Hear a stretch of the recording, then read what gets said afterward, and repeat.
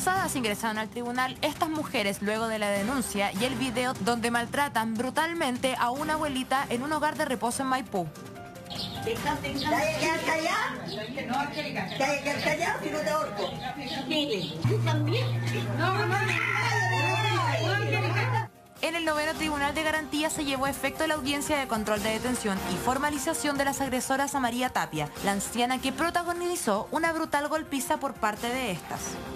En libertad quedaron las agresoras María Angélica Farías y Liberta Escobar, medidas que tomó el Tribunal de Garantía junto a las medidas cautelares de firma mensual y prohibición de acercarse a la víctima. Todo esto mientras dura la investigación en 60 días. A la salida de la audiencia, Liberta Escobar, una de las acusadas, habló por primera vez defendiendo a su actuar. Supieran ustedes, salvé 4 abuelitos más.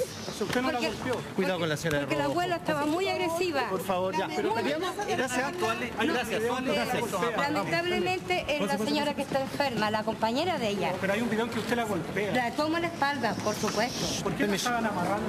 Por lo mismo, porque salvé a 4 abuelitos más. Cabe señalar que la referencia que se hace a la agresividad de esta abuelita no es solo Liberta quien lo menciona, también lo hicieron familiares de otros pacientes del hogar. Si una enferma agresiva, sí, po. Pero, porque no la pone como sujetarla y va a dejar que le pegue a todos los enfermos, no se puede, po.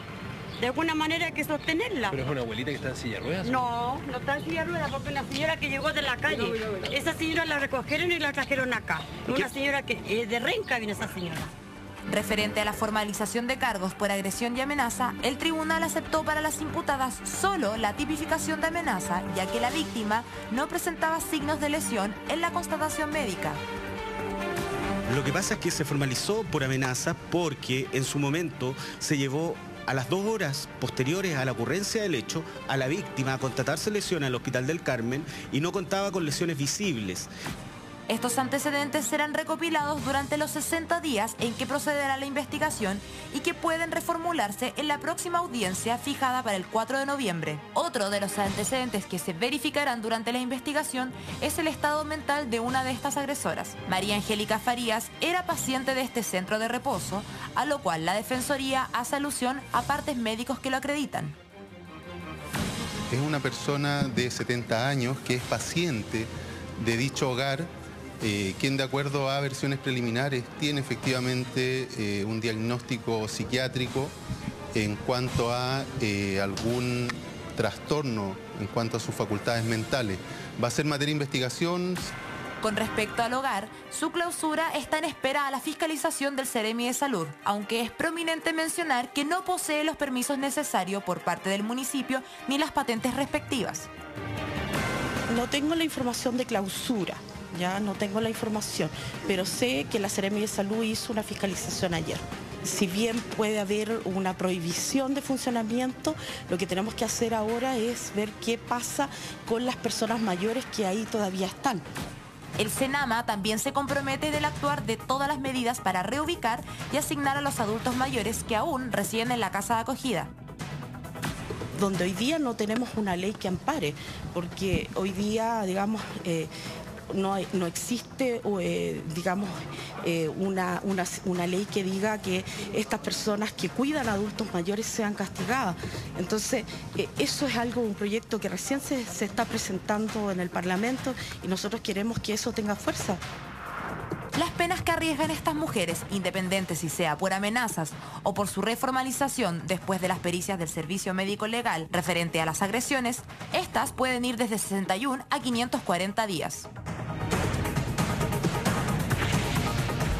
Lo que más llama la atención es que como finalmente aquí las agresoras justifican su actuar. Claro. Entonces finalmente yo creo que ante un hecho de este nivel de agresividad con una abuelita, independiente de la situación que ella esté viviendo, nadie se merece un trato como el que ella estaba recibiendo. Entonces finalmente eso se llama dignidad. Dignidad hasta el día de nuestras muertes, porque finalmente todos vamos a caer, todos vamos a ser abuelitos. Quizás algunos vamos a llegar en un estado más complicado que otro, pero no por eso nos van a tratar como unos animalitos, no por eso nos van a tratar de la manera en que nosotros vimos. Por eso encuentro que es lamentable que finalmente hayan quedado en libertad, porque esto nuevamente nos sigue marcando un precedente para que cortemos con el abuso hacia nuestros pobres abuelitos. Pareciera que no son las personas más indicadas, digamos, para un trabajo que exige un cierto protocolo en casos así, que sabemos que es tan complicado con la señora, pero no creo que sea el proceder en ningún estatuto. Además, como que la normativa se preocupa mucho más de la sensación de que la casa esté adecuada, que las camas sean adecuadas, que la estética sea adecuada. La fachada, ¿no? Pero la fachada de alguna manera. Pero, ¿qué pasa realmente con el trato? ¿Hay personas capacitadas para atender a los abuelos que están en esos hogares? Cuando lo fueron a fiscalizar, han ido varias veces a fiscalizar este hogar y las últimas veces que fueron, una de las últimas veces le pasaron una sanción, una multa que creo que era más de 700.000 pesos. Ya. Y justamente tenía que ver mucho con la forma, ¿no es cierto? Que faltan como estas cosas para apoyarse cuando van al baño, ¿no es cierto? En fin, en los pasillos. Pero resulta que también una de esas amonestaciones fue por no tener el personal requerido. Mira. No puede ser, de verdad, o sea, yo entiendo la justificación de la señora. Esa señora no está preparada para quizás lidiar con un adulto mayor, ¿no es cierto? Una persona que se pone violenta. Claro. Sabemos que muchas veces la demencia senil, ¿no es cierto? El Alzheimer llevan a las personas a tener reacciones violentas. Pero de verdad, esa forma no es la forma, me imagino yo, por lo menos desde mi ignorancia, creo que esa no es la manera de actuar cuando un adulto mayor se pone así. Mira. Por supuesto, se nos vienen muchas cosas a la cabeza. Tenemos un Twitter, Danielita nos escribe. Las personas que trabajen con ancianos deberían hacerles exámenes psicológicos. Paciencia, todos vamos para allá. Bueno, lo que dice Danielita tiene mucho que ver, porque cuando veíamos estas imágenes yo creo que todos nos pusimos en la situación de qué va a pasar cuando nosotros lleguemos a esta edad o cuando nosotros tengamos que tomar la decisión de qué hacer con nuestros padres, porque muchos de nuestros padres quieren estar en un hogar como este, hay otros que no quieren, hay muchos padres que no sé, a mí en lo personal mi mamá siempre me dice, yo no me quiero convertir en un cacho para mis hijos. Claramente nunca van a ser un cacho, pero en el fondo también nosotros entendemos a lo que se refieren con eso. ¿A tu mamá le gustaría ir a un hogar? Y lo que pasa es que mi abuelita, por ejemplo, los últimos 5 años antes de morir, ella por opción propia quiso ir a un hogar. Y de verdad, ¿sabes qué? En mi caso personal, nosotros vimos cómo ella revivió muchísimo estando en el hogar. Le hizo muy bien. Claro, lo que pasa es que también acá hay mucha responsabilidad de parte de los familiares, porque hay muchos de que van, los dejan y se olvidan. Y dejan al cuidado de los profesionales del hogar. Pero tu abuela estaba sana mentalmente, o sea, no estaba senil, ni tenía episodios de violencia, ni nada. No. Solamente en el tema de edad. Imagínate, si esa persona que trabaja en un hogar no sabe cómo lidiar con una persona que tiene demencia senil. Claro. Imagínate tú en tu casa. Yo me acuerdo, mi abuelita también estuvo en un hogar. Al final, también por decisión propia, y lo pasó súper bien, le pasó lo mismo, el mismo caso de tu abuelita. Pero mi abuelito tenía demencia senil y terminó postrado. Y también tratarlo es súper difícil, porque en el fondo tienen que haber personas especializadas para eso. Y todo el día con él. Porque es muy difícil. Y la persona que está lidiando con un adulto mayor que tiene demencia senil, se enfrenta a cosas heavy. De repente que te diga que no te reconozca, que no te quiere, que se ponga violento. Son cosas que a mí me pasa que, por ejemplo, si a mí me llegara a dar demencia senil, supongamos como mi abuelo, ¿por qué no? Podría ser hereditario. Chuta, yo no quiero que mis hijos se enfrenten a eso, a que yo los mire a la cara y les diga te odio porque no sé qué. Claro, muy fuerte. O que les peguen incluso. Y que les peguen, claro. Le pasa también por un tema de cultura en Chile, porque yo que estuve en China, el respeto a los ancianos es lo más importante, te lo juro. Y acá en Chile también nos damos cuenta que la justicia atenta contra los adultos mayores. O sea, la cultura oriental, claro, se le da mucha importancia. De hecho, no había ninguna ley especial, tienes tanta razón, que no había ninguna ley especial de violencia contra el adulto mayor. Que sí existe contra los niños, o sí hay violencia intrafamiliar, pero esto no cabía dentro de eso. Además, la directora del Senama en una entrevista entregó un antecedente que es bastante importante, porque el 30% de los adultos mayores son maltratados en nuestro país. El 30%.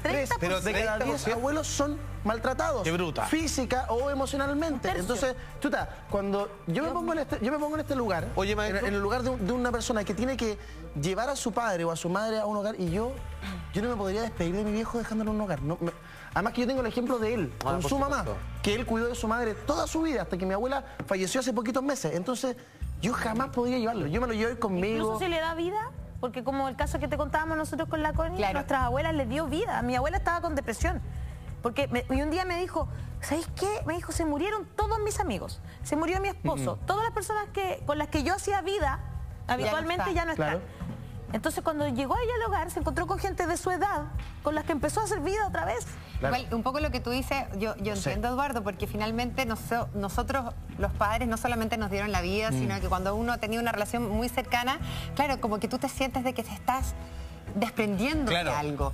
Y lo estás dejando, abandonando un poco. Aunque exista la intención de parte de ellos de estar ahí. O sea, yo entiendo de que es un momento difícil, porque es como asumir de que tu papá ya... Tú no estás capacitado para cuidarlo, independiente por el motivo que sea. Entonces uno se siente un poco egoísta. Sí. Mira, tenemos un Twitter. A ver qué opina la gente. Veamos a través del hashtag Somos Mañaneros. David Esther dice, yo trabajé en un hogar, soy técnico en enfermería y jamás hay profesionales, solo personas normales. Yo trabajé en un hogar, soy técnico en enfermería y jamás... No hay profesionales del rubro. Jamás hay profesionales. Esto es lo que decía la ministra de Salud, de que lamentablemente muchos de estos lugares, claro, contratan gente que ni siquiera les hacen, o sea, ningún tipo de estudio, ni no está capacitada para cuidarlos. ¿Sabes qué? Es un tema que ustedes conversan en sus casas. Yo lo he hablado, por ejemplo, yo lo he hablado con mi suegra. Mi suegra está casada, pero uno nunca sabe lo que para el futuro. Imagínate el día de mañana que ella viuda. Y yo me casé además con la única mujer. Fíjate ese dato, porque son 3 hermanos, Álvaro, Andrés y la Pame. Pero, ¿me estás diciendo que en la familia suponen que la mujer es la que se va a quedar cuidando a la mamá? Ale, es que mira, es que es un dato en donde muchas familias descansan en la hija mujer, que me parece injusto. En el caso de mi viejo eran puros hombres, mi viejo se hizo cargo. Pero en muchas familias es la hija mujer la que se termina haciendo cargo. O al menos es un hijo el que se hace cargo. A mí mi abuela me pidió que yo me hiciera cargo de mi tía. Que mi tía no tiene hijos. Entonces yo soy como lo más cercano que tiene un hijo. Y yo también la veo a ella como una segunda madre. Y yo me quedé como a hacerme cargo de ella. Por ejemplo, pero también nosotros con mi esposo lo conversamos. Lo hemos conversado. ¿Qué queremos nosotros hacer en el futuro? Como yo que tengo 40 años, me faltan 40 años más para pensar en esto. Pero igual lo hemos conversado. ¿Y está conversado y zanjado? Porque no, en mi caso sí. No. ¿Sí? ¿En tu caso está zanjado? Hay una pieza. ¿Cómo respecto de quién? Con nuestras respectivas madre y padre. Perfecto. Bueno, mi suegro obviamente falleció. Pero ¿qué es lo que pasa? Hay una pieza que hoy día ya se ocupa, no voy a decir a modo de práctica, pues sería así como medio caricaturesco, pero donde a veces mi madre o mi suegra van y se quedan por días. No, pero eso es distinto a que cuando tú te tienes que hacer cargo de una persona. Por supuesto, pero me refiero a que estamos tratando de instalar la idea de que ellas vivan con nosotros, cualquiera sea su condición, y con el profesional a cargo que tenga que estar en caso que lo requieran. Ya, yo entiendo tu punto, pero por ejemplo, yo voy a hablar a título personal. Sí, claro. Yo ahí discrepo de esa postura, porque yo me pongo en la situación de cuando yo sea abuelita, cuando yo sea viejita, y yo te juro que yo trabajo todos los días para ir juntando de a poco, ir ahorrando tenía una para el día de mañana. Yo también. No tener que ir a la casa de mis hijos, no tener que ir a la casa de mi hija, sino que a mí me dejen en un hogar, que me vayan a ver de vez en cuando. Y ojalá que esté en Panamá, el hogar. Y no, en Costa Rica, en Costa Rica, en Miami. Yo no quiero, de verdad, a ver, va a sonar súper fuerte lo que voy a decir, pero yo no quiero convertirme como en el cacho de mis hijos. Claro. ¿Me entiendes tú? Ni de tus nueras o tus yernos. Ni de mis nueros, ni de mis nietos, porque finalmente igual tú vas a cambiar un poco el ambiente pero familiar. ustedes lo están pensando como es que sé que lo que pasa... No, yo lo pienso como cuando yo sea abuelita. Yo te respeto todo. Lo que pasa es que a mí no me pueden instalar la palabra cacho. Es como dijera, mira, cuando tenga una guagua, se la voy a pasar a unas personas que lo van a criar, porque bueno, hay que limpiarlo y todo. Pero pásamelo cuando tenga 14 años. Porque es un cacho, yo prefiero un perro. Claro. Entonces, el cacho a mí no me cae, porque... Es un cacho si quieres verlo como tal. Para mí no lo es. No, puede ser que tú no estés preparado. Sin embargo, si la persona... Ojo, pero si la persona lo decide así, digamos, y ella me pide, pero que no lo haga por quitarme un problema, yo estoy dispuesto a ceder. Pero que entienda que no es un problema. Eso no. Yo también apoyo la posición de Salfate, porque aparte se va a sentir acompañada de toda su familia, porque si ella sigue en su casa y ya no tiene el marido y está solita, qué mejor que se venga con los nietos. Claro, y depende mucho de lo que ella quiera. Sí, por ejemplo, en un momento mi abuelita no quería perder su jardín. Y yo lo entiendo, porque su jardín era la parte más importante de su vida. Una dedicación, claro. Pero resulta que ella, en un momento ya ni siquiera podía bajar al jardín. Entonces era realmente absurdo seguir manteniendo esta situación en que mi mamá, porque era mi mamá, no mi tía ni mi tío, mi tía también iba a veces, pero entre mi mamá y mi tía, ¿no es cierto?, iban toda la semana, tenían que correr, de repente empezaron a pasar cosas peligrosas, un día casi la atropellaron. Entonces ahí ya se vino el cuestionamiento de qué hacemos, ¿la llevamos a un hogar? Y ahí empezamos a pensar en el precio del hogar. Claro que sí, pues, y cuando uno va a cotizar es bien especial. Por ejemplo, porque uno va este hogar en cuestión entre 300 y 400 pesos. O sea, y eso lo que dice Ale, eso es barato, entre 300 y 400 lucas. Pero cuando uno va a estos que son un poco más sofisticados, entiendo que tú llegas y dices, hola, estoy pensando en traer a mi mamá, a mi papá. Ya, ¿qué edad tiene? 80 años. Ya. ¿Tiene algún problema físico? ¿Tiene algún problema motriz? ¿Tiene algún problema de desplazamiento? ¿Tiene algún problema mental? Y todo eso te va encareciendo el tema. Yo conozco el caso de alguien que se dedica a este negocio, que tiene una empresa dedicada a esto, que es bastante sofisticada, y que puede llegar a costar 1,5 millones de pesos. Sí. Hay uno que es muy conocido, que tiene varias sedes en Santiago Oriente. Sí. Ese mismo que están diciendo acá, ese cuesta como 1,5 millones. Claro, mira, tenemos un Twitter de Cecilia que dice: trabajé en hogar de ancianos 15 años atrás en aseo. Ahí se cobraban de 700.000 por anciano y había un tío expresidente y vi maltrato. Mira.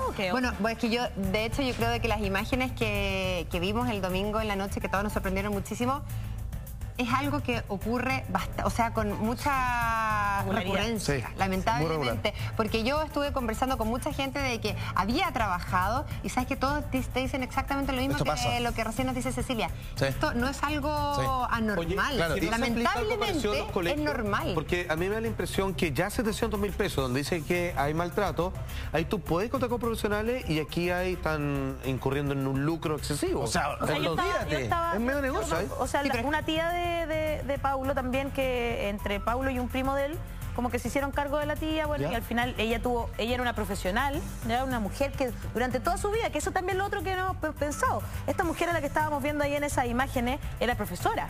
O sea, durante su vida, trabajó. Ella formó seres humanos que hoy día están ahí, ¿no es cierto?, trabajando y haciendo cosas porque quizás ella los motivó.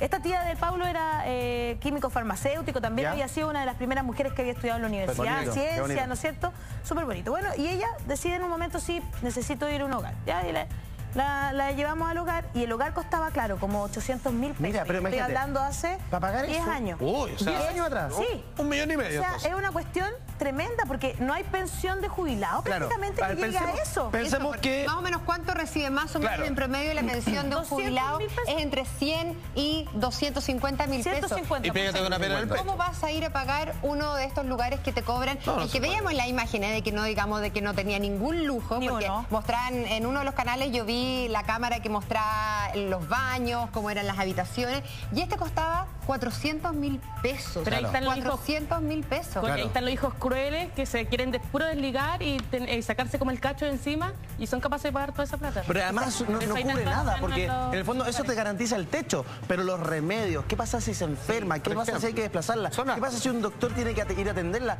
Por eso, chiquillas, es tan importante que ahorren. O sea, yo sé que es muy difícil pedirle a la gente que ahorre. Para uno también se hace difícil, porque uno llega a fin de mes como justito, pero en la medida de lo posible, un poquito, una colita, siempre guardar algo, porque va a haber un momento de tu vida en que lo vas a necesitar. Entonces es tremendamente necesario que nos hagamos la cultura del ahorro, ya que el sistema de pronto se convierte en algo tremendamente perverso. Para que una familia pague 800.000 pesos, el esfuerzo es de todos los hijos, de todas las hijas, de las nueras, de los yernos, es un esfuerzo familiar, sumándole esa pensión que esa persona recibe. Entonces los números no van por ningún lado, lo importante es que tengamos la cultura del ahorro. Oye, pero con toda esa cantidad, disculpa Connie, con toda esa cantidad de dinero que pagan, no son capaces de poner profesionales. Sí, o que los maltraten incluso. Claro. Bueno, y por eso, el llamado ya está hecho y lo que tú dices, como pensar, no cuando tengamos 70 en qué vamos a hacer cuando tengamos 80, sino de que es algo que uno tiene que ir juntando platita mes a mes, en el fondo cuando ya estamos con nuestros cabales.